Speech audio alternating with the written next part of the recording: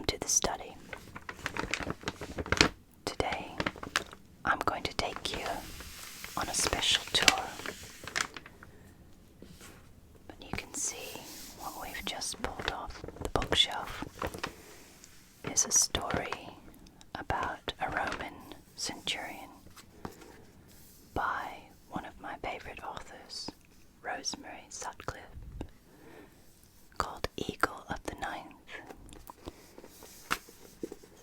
Some of you might know the story about Marcus and how he went north of Hadrian's Wall to reclaim the eagle of the lost Ninth Legion.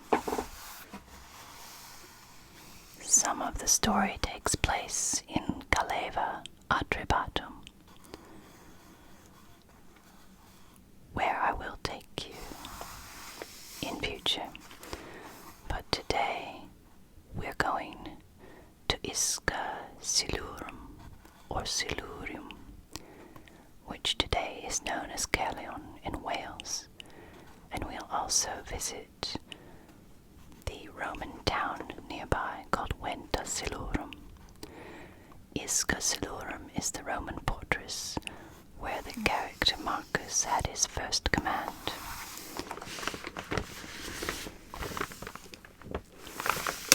So Galeva Atrebatum is here in Silchester, where Marcus spent time with his uncle. The walls of Silchester are still standing, and you can see that was the Atrebates tribal area. Today I will take you west into Wales, across the Severn River. It's a very big estuary, and you can see the Roman roads did not cross it until it was farther upstream. We will go to Isca Silurum and Venta Silurum, or Caerleon and Caerwent.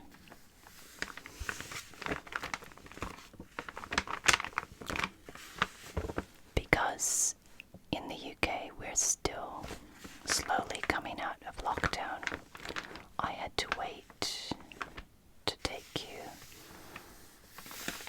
to a site. Wales has been closed to people coming from England or anywhere else for some time, but it's just opened its borders in the last month. Even so, I'm going to be very careful and safe. I'm going to stay 2 meters away from people, and I'm not going inside anywhere. Everything's closed anyway, so we won't be going to the museums because they're still closed, but the sites are all outside. So we will be visiting these two Roman towns, the Roman port and the Roman town. We will also have a look at some Roman inscriptions on some stones at Venta Silurum.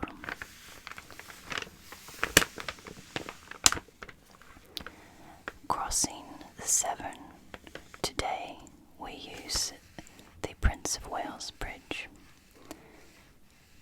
on the M4, but the Romans, as I said, went farther upstream, and there is some evidence of a landing place up there. It is a very difficult estuary to cross. There are a lot of currents and changing sandbanks.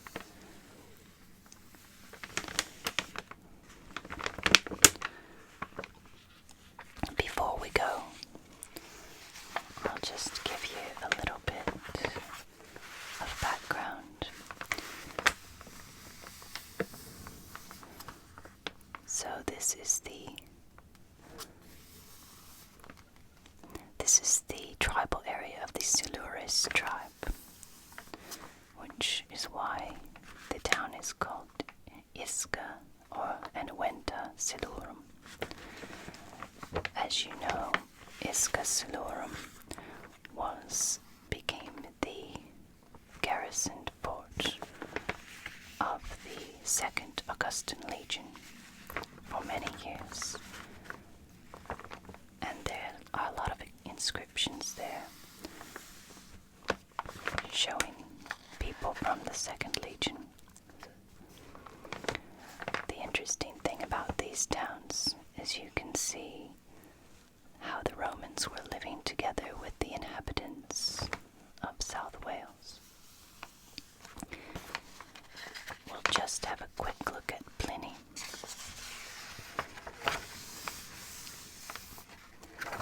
So we have Ex adverum sohius situs Britannia. He's talking about Britain and the islands, and how you can see Hibernia or Ireland from Wales, the area where the Silures live. We also have some reference in Roman Roads in Britain by Codrington, which of course gives us some very useful archaeological information that might not be visible to the naked eye. And from Romans in Britain, we have some legionary information on the Second Augusta, which I will be voicing over. So we will start that carefully on, and this will be a soft-spoken tour. So I'm going to raise my voice a little bit now so that it's not such a shock when we go. And as I was using my camera for outside, I will do a little bit of voicing over where necessary.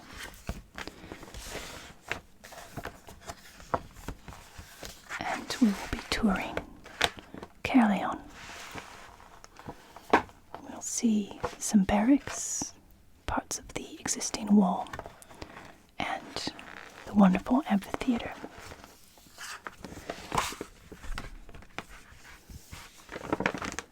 Second, we will be visiting Caerwent, Roman town. We will see some of the walls and some of the foundations. So, join me now as we cross into Wales. When Vespasian came across with the Second Augusta, Wales posed something of a problem for the Roman administration. The area was too hostile to be left alone, as it provided a threat to the security of the towns and villas of the peaceful lowlands.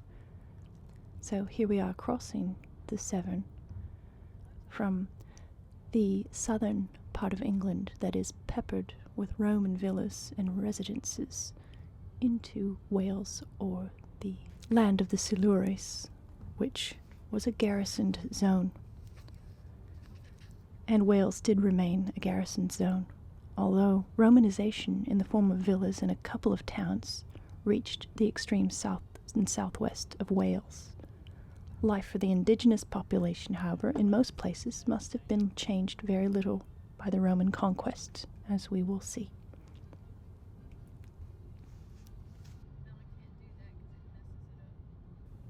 And as we cross the Severn on the Prince of Wales Bridge, we can see that the tide is going out, and it's difficult to see from the car, but the lovely marshlands give me the impression Ghibli's when Marnie was there and the marsh house there. But today we're going to see Roman ruins, not Studio Ghibli.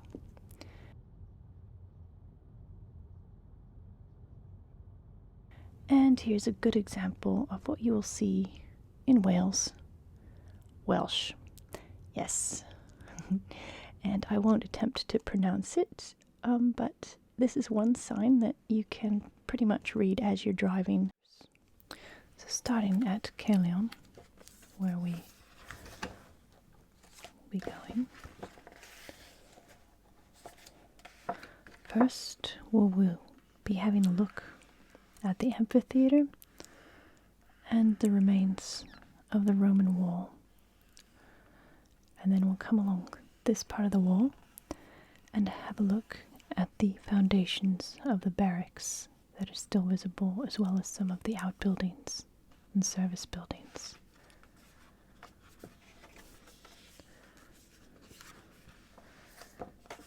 And here's a plan of the town.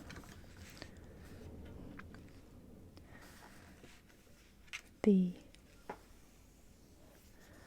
orange overlay are the modern roads, all curved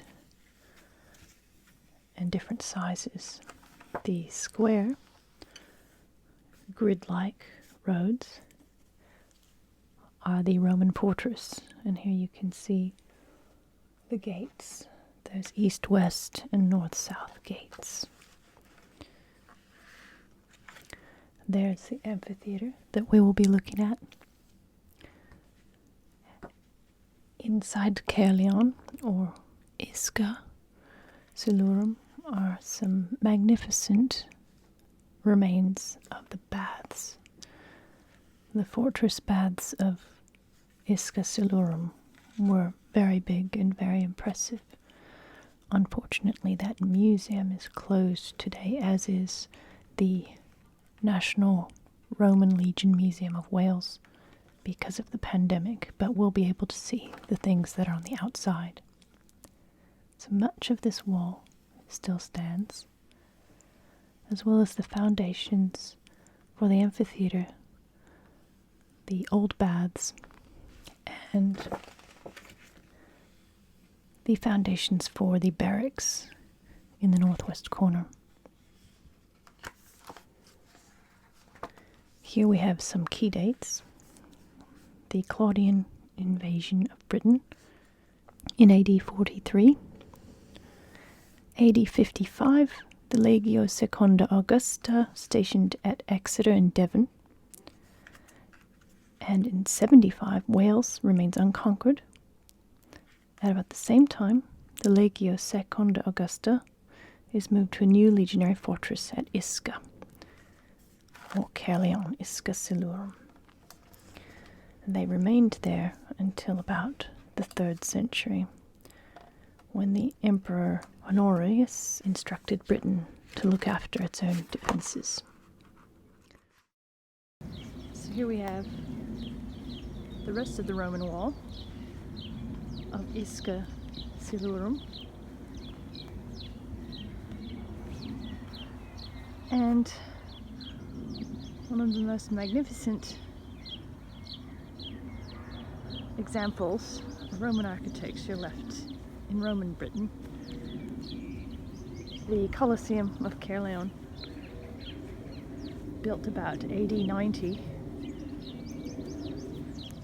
and contemporary with the Colosseum in Rome. After their initial invasion in AD 43, the Roman forces swept quickly across the southern part of Britain. However, their advance soon faltered when they came up against the harsher landscape of Wales and the more resilient opposition of its tribes. Raids into the new province, partly instigated by Caradocus, the defeated British leader who had sought refuge among the Silures, opened a chapter of some 30 years campaigning in the west of Britain. The fighting was often bitter, even after Caradocus had been defeated and handed over to the Romans in AD 51. In the following year, the Roman army was to suffer its greatest defeat in Britain when it lost a large part of a legion in a battle with the Silures. Despite this setback, the Romans were soon to gain the upper hand, moving against the Silures on a wide front. By the mid-50s, with the establishment of a fortress at Usk, They had brought the southern coastal belt and the area to the east of the river Usk under Roman control. By AD 60, the Roman army was close to victory after the governor Suetonius Paulinus had carried out successful campaigns against the tribes in both South and North Wales. But a devastating revolt led by Boudica, Queen of the Iceni in Norfolk, brought the conquest to a temporary halt. The work required in restoring the ravaged province prevented further campaigns in Wales for over a decade. It was not until the arrival of a new governor, Julius Frontinus, in AD 74, that attention was once again turned towards the reduction of Wales. The Second Augustan Legion moved to a new legionary fortress built at Caerleon, or Isca. From this base, the Silures were subdued, and a network of forts was established to prevent any further gathering of hostile forces. Yeah.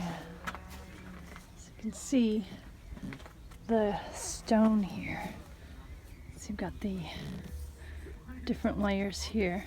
The layers of stone and terracotta suggest a decorative style for this arena. And the fact that it's on the outside of the city walls shows that by the time the Romans had established themselves, there were friendly dealings between the Silures, the locals, and the Romans. I can get my hand in there. There's my hand. There's different layers there. And the archway across on the other side. Okay. And the arch up there.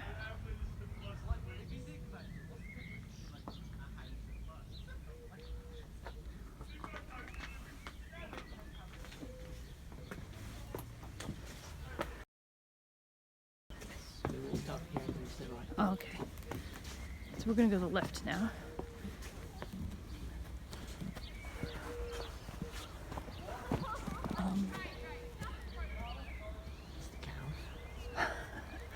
I don't want the cows. The baths. There we are. The bath block. Alright. So this is the bath block. Down. Next to the cow shed. Yep. That was rebuilt to make room for the grand entrance of the amphitheater.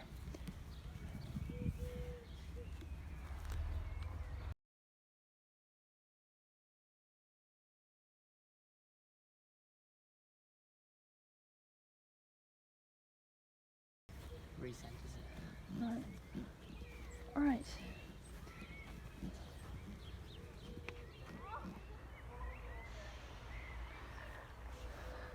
Okay. So along the outer walls of the amphitheater, it's much higher up because ground was excavated in order that the interior was lower.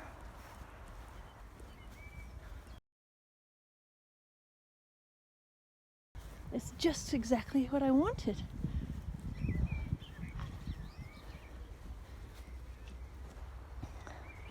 And I got the crow flying there.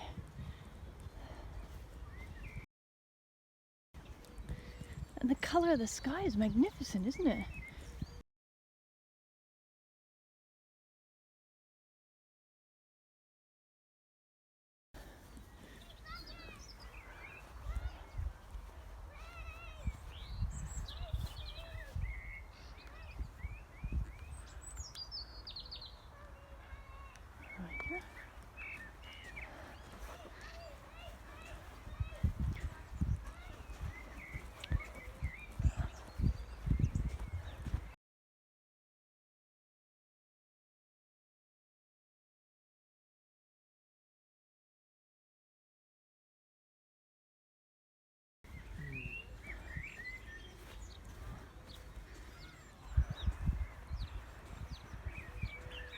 And here we are with low battery. Here we are at the western wall of the town. Okay, and then we're going to have a look. Okay, so we're going to have a look. So we're at this wall, and we've just been around the amphitheater. And the wall comes along here to this block that's still visible. And there's the River Usk. And the baths that are still visible are here, as well as the Roman Museum, the Roman Legion Museum. And there is a map of the town itself, superimposed onto the modern town in orange. So you can see that we're looking south now along this wall. Okay.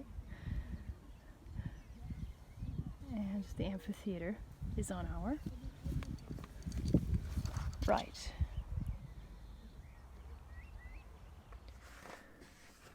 Here's a plan of our amphitheater. The grand entrance to the north, where we came out, and the east-west entrances with the steps.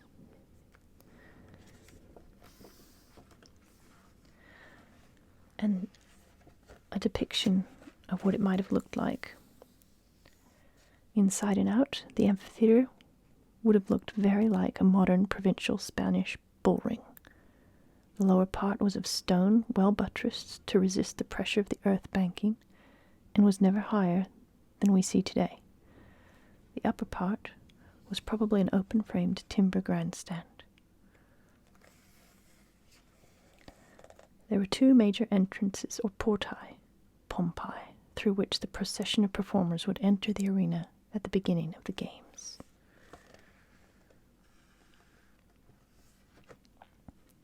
This would seat around 6,000 people.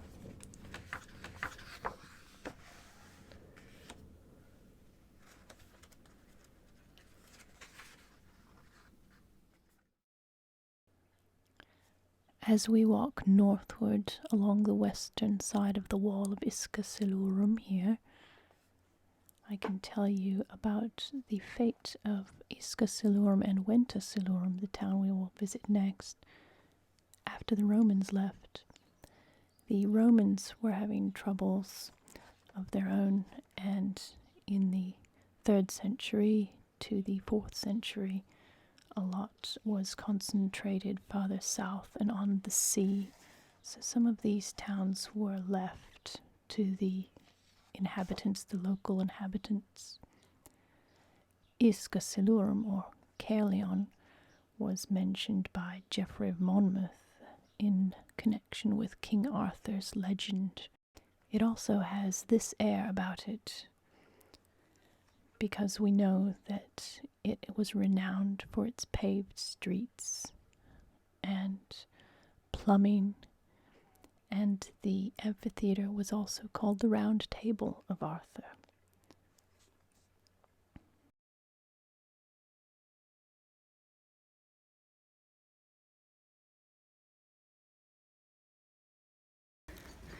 And it's a beautiful day here in Wales, and very lucky they let us in, because for a while we weren't welcome to come over the border. So like the Romans and the Saxons before us, the Welsh didn't want people from England coming in during the pandemic. But now it's open, and ahead I see a wolf. It's a Welsh wolf. So hopefully we won't get asked to go back to England, especially in Welsh, because I won't try to pronounce that. Oh, look at that wolf. Okay, we're coming up on the barracks now.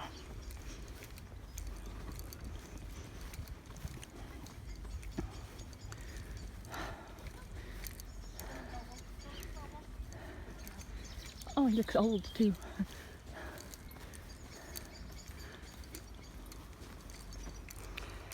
can see the earthworks that are still here, with daisies on the side. And the foundations of the barracks, as well as the kitchen ovens and the toilet blocks at the very end. The service buildings would have been at this corner of the wall, and each pair of lines would house one legion, or about 80 men, with the centurion at the end in his large quarters.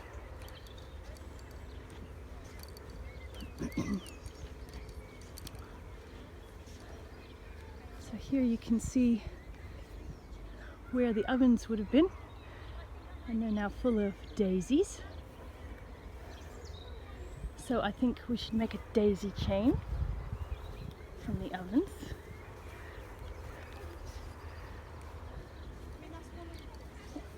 And there's also evidence here of some rebuilding or remodeling, as this garrison was here for hundreds of years and would have been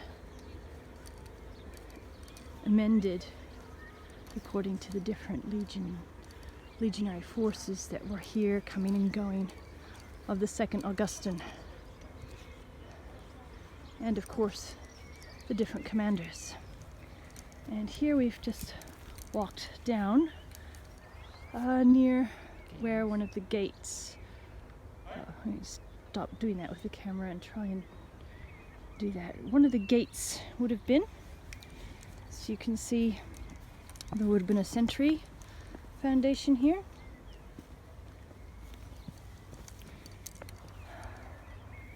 And the gate with this paving stones, and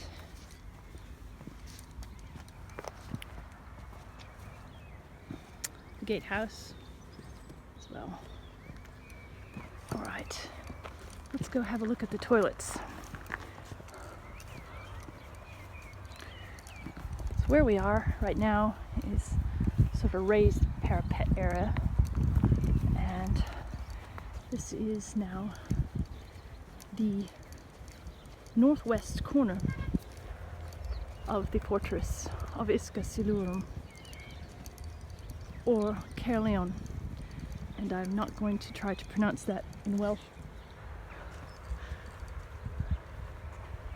Okay.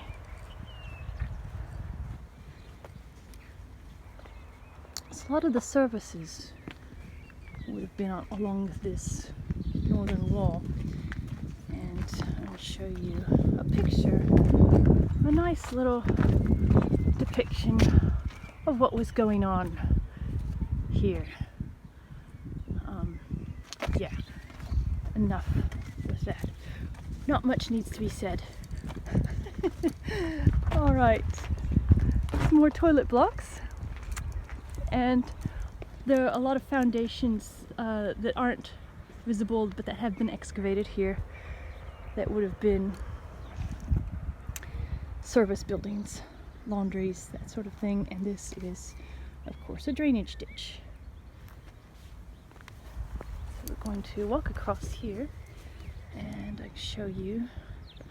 This is the centurion's quarters at the end, and each one of those would have been quarters for one of the militae, or soldiers.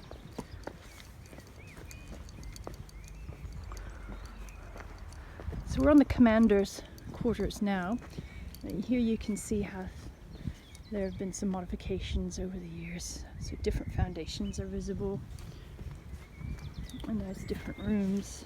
So some rooms have been changed over time, and this is not uncommon, especially for buildings that have been here for a long period of time. Alright, so leaving the commander's quarters, the centurion, each one of these rooms would have been occupied by one soldier. It's my understanding they had 2 rooms each, but I'm not sure. There would have been a pair of these, each facing each other. And here is these facing barracks. So all of these barracks. So a centurion would be in command of those 80 men in the 2 facing barracks.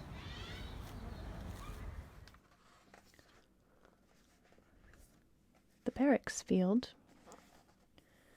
where we've come along here and through this small gate at the northwest corner, can be seen here in overview.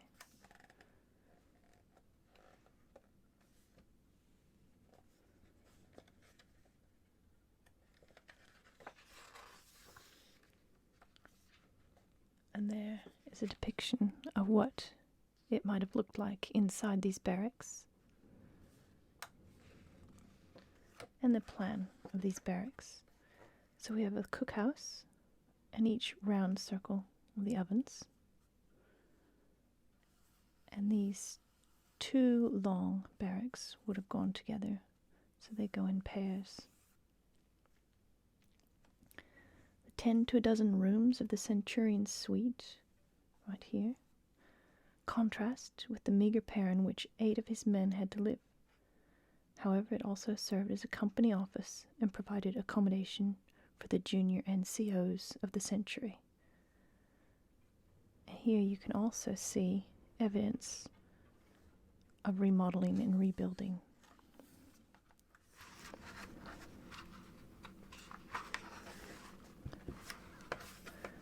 Here you have the layout of the fortress with the amphitheater and newer baths on the outside.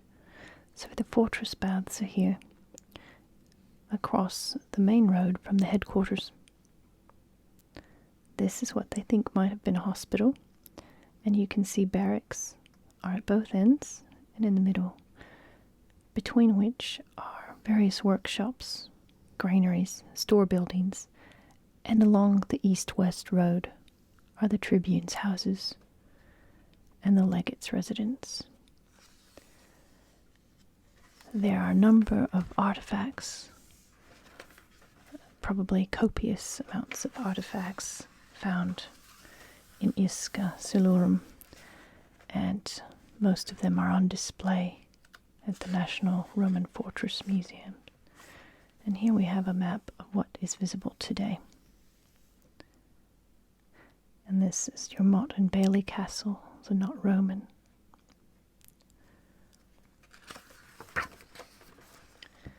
And there you can see the fortress baths. And as they look today.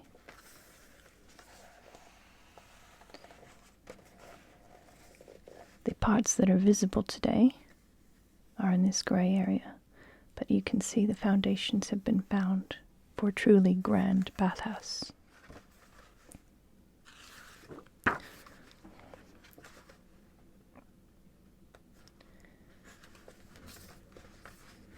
So excavations have revealed plenty of hypocaust flooring for heating and for the baths as well.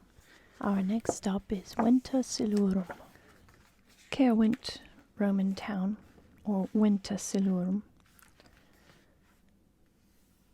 You can see in this drawing is much what the village looks like today. You can see that it was a Roman town, that it was fortified with a wall, a square wall, and east-west and north-south gates.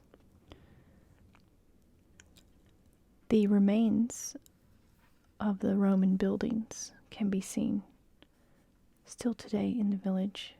Some have been excavated. We'll have a look at some of them. This is a very small village in Wales, so I have to be rather polite and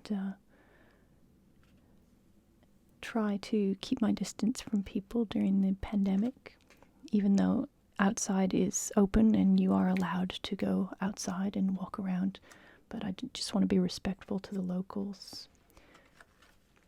So we might not be able to get to all of these areas, but I hope to show you some of the best. I know the church houses 2 of the altar stones and marker stones, which I would love to show you. It being closed today, I'll just show you some pictures I took earlier because I come here quite often. Now the plan of the Roman town is here, and you can see the sections have been divided off for excavation. The parts in brown are the parts that we will see today, and I will show you 4 of these sites as well as some of the south wall and gate. This temple I have looked for many times, and I just don't think any of it's visible anymore. But you can see it was quite a busy town. There's a livestock market. There's a huge mansion here. There's a forum and a basilica and a temple, which we'll go see. Caerwent is one of the most impressive sites, not only in Wales, but in the whole of Roman Britain. It was Venta Silurum, or the market of the Silures tribe.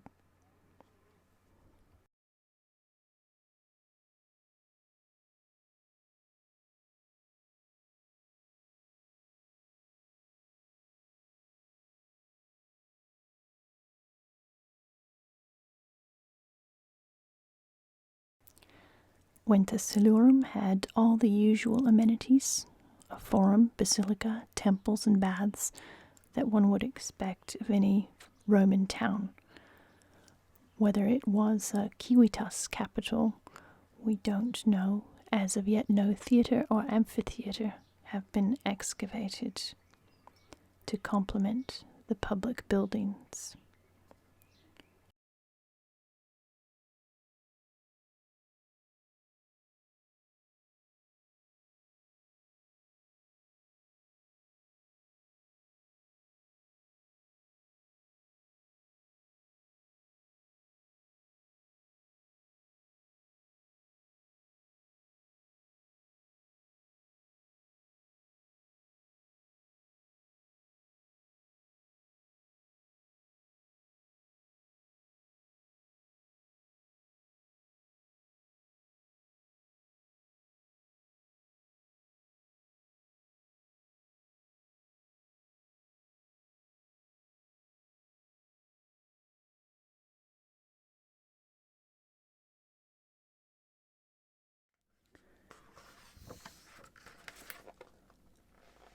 And there are the plans of how these foundations show that there was continuous activity and residence here, and renovations occurred. There's also a forge, so we know that there was a blacksmith.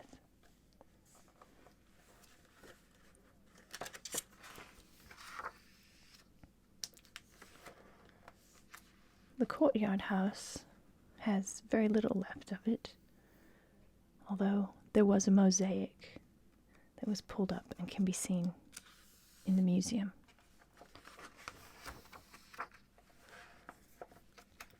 And here is a plan of this courtyard house and a picture of some of the mosaic. It's in the National Museum of Wales.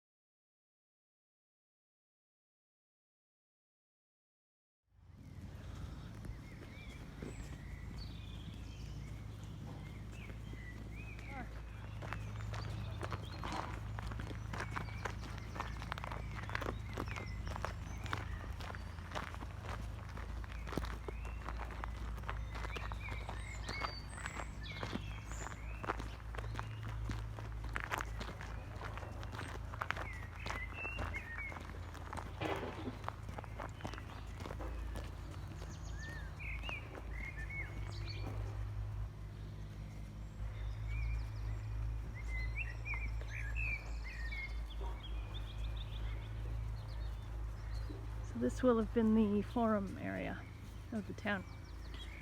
So this one's not a garrison town. It's a residential place for civilians.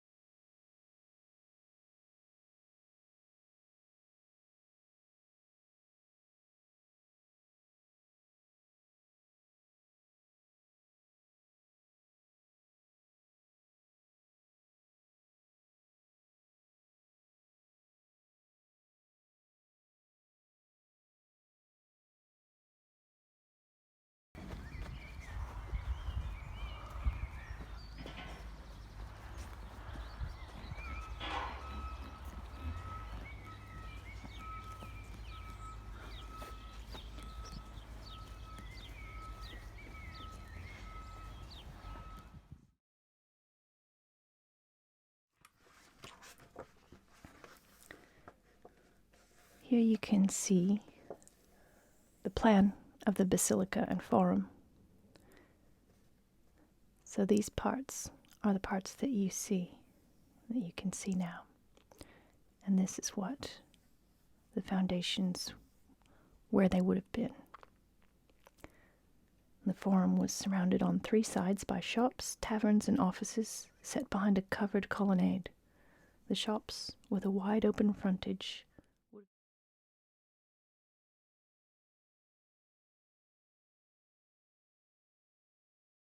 okay, but it gets better. Wait for it. There's a temple. Let's go see the temple. The bluebells. The bluebells. And the sun coming out. And there is the temple. Look at that.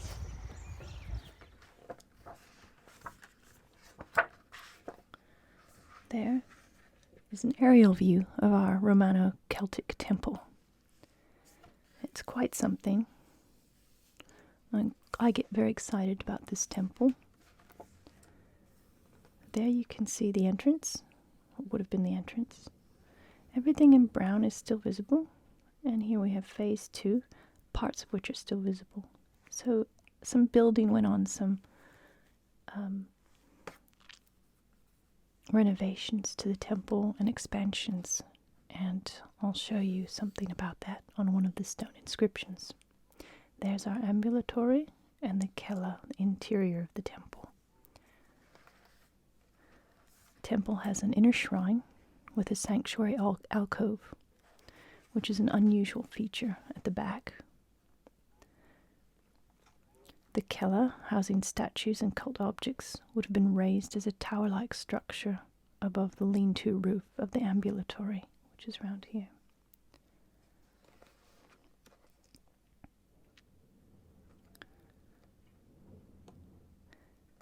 This temple stands in a sacred enclosure surrounded by boundary walls on three sides, with the fourth side fronting the main street, enclosed by a long hall, which is this entrance here.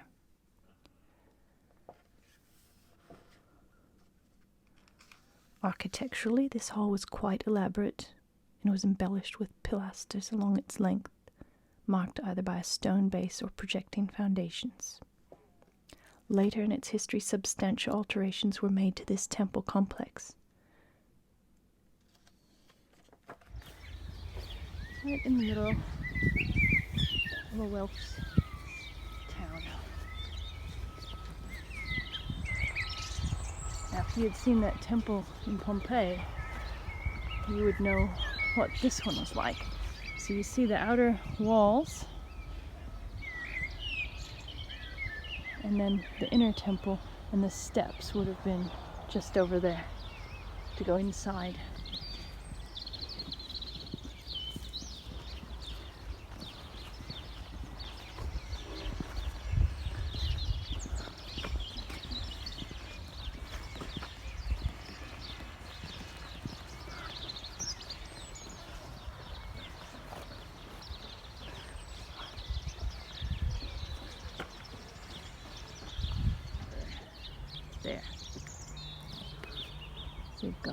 the courtyard, and we'll go into the courtyard. Oh, look, we've got all kinds of daisies, buttercups and dandelions as we make our way into the temple. We don't know who is being worshipped here, but we can guess. We can make something up, something adventurous. And look at the blossom petals floating. A beautiful spring day, perfect for power tools and building projects.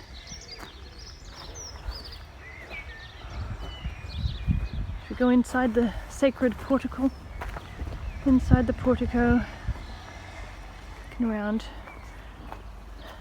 and inside the sacred temple where the statues would have been. So anything excavated from these sites is found in the Welsh National Museum, in the British Museum, and in the museum in Caerleon, rather Isca Silurum, but all museums, because of the pandemic, are still closed right now.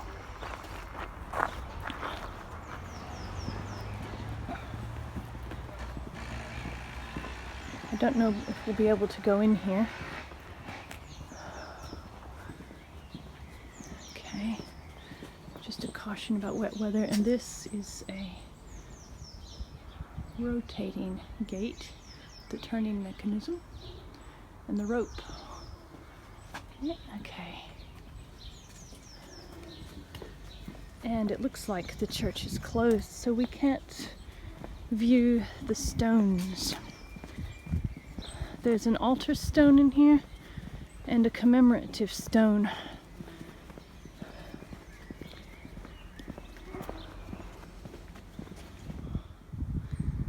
So we're at the back of the church here, looking out around the Welsh countryside from the corner, the southwest corner of the Roman fortress of, or the Roman town of Venta Silurum. Walking over some old gravestones. Oh, we can get out of here. So there you can see the edge of the Roman fortress out that way. Town, yes, thank you. Now we're going to climb out of the churchyard. And this little thing here. Okay. I've got steps on both sides.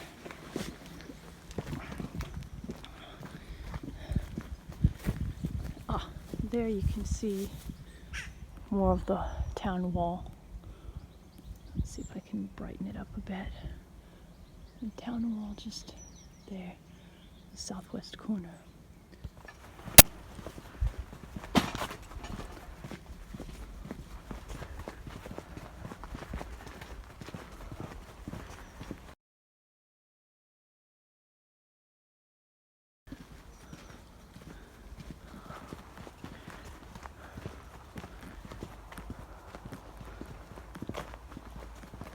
Well, that looks pretty cool, doesn't it? Do you see that log house over there?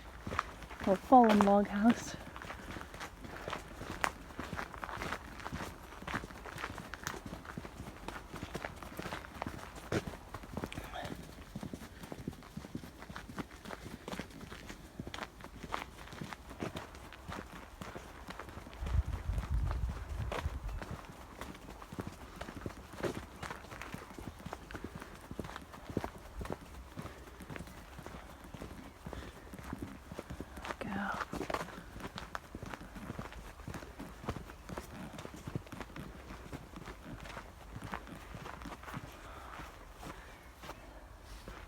So we're actually taking a route from the Roman town center. And these are the Roman walls surrounding the town. Yeah.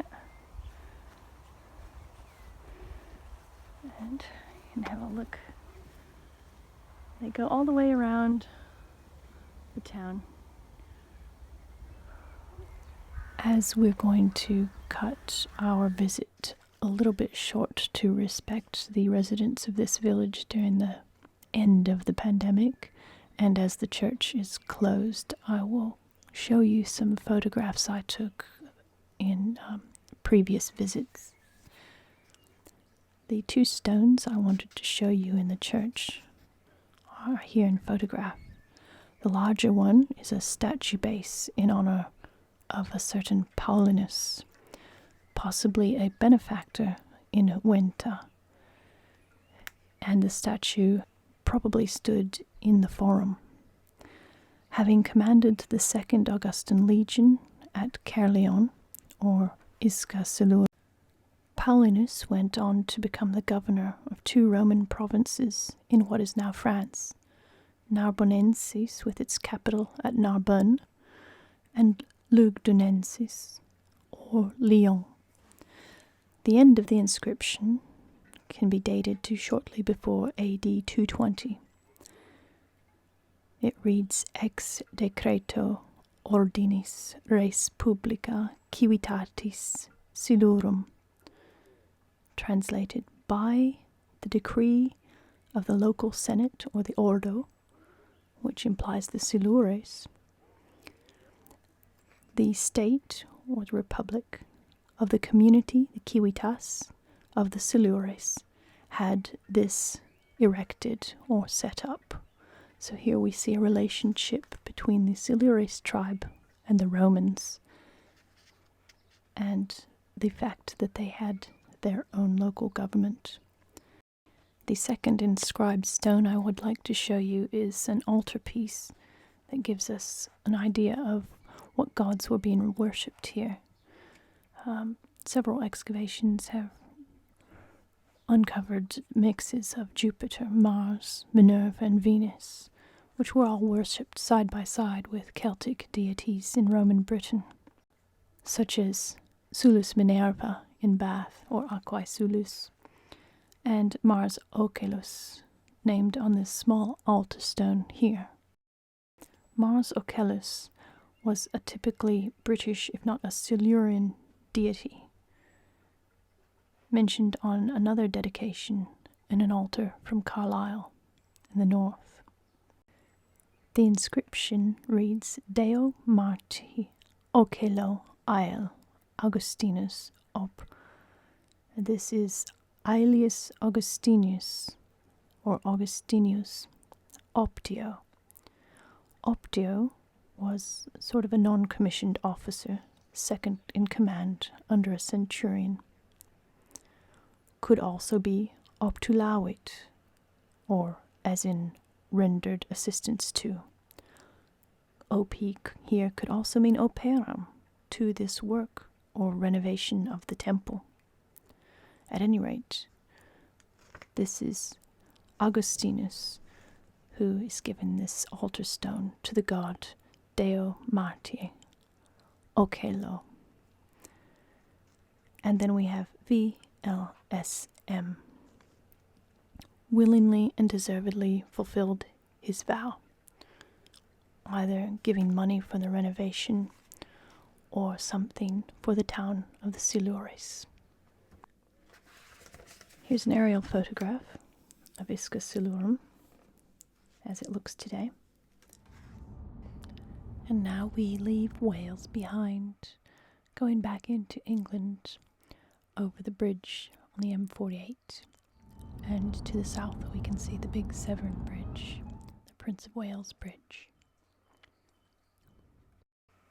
Thank you for joining me on this tour of Isca Silurum and Venta Silurum in the southwestern Welsh countryside and the territory of the erstwhile Silures tribe.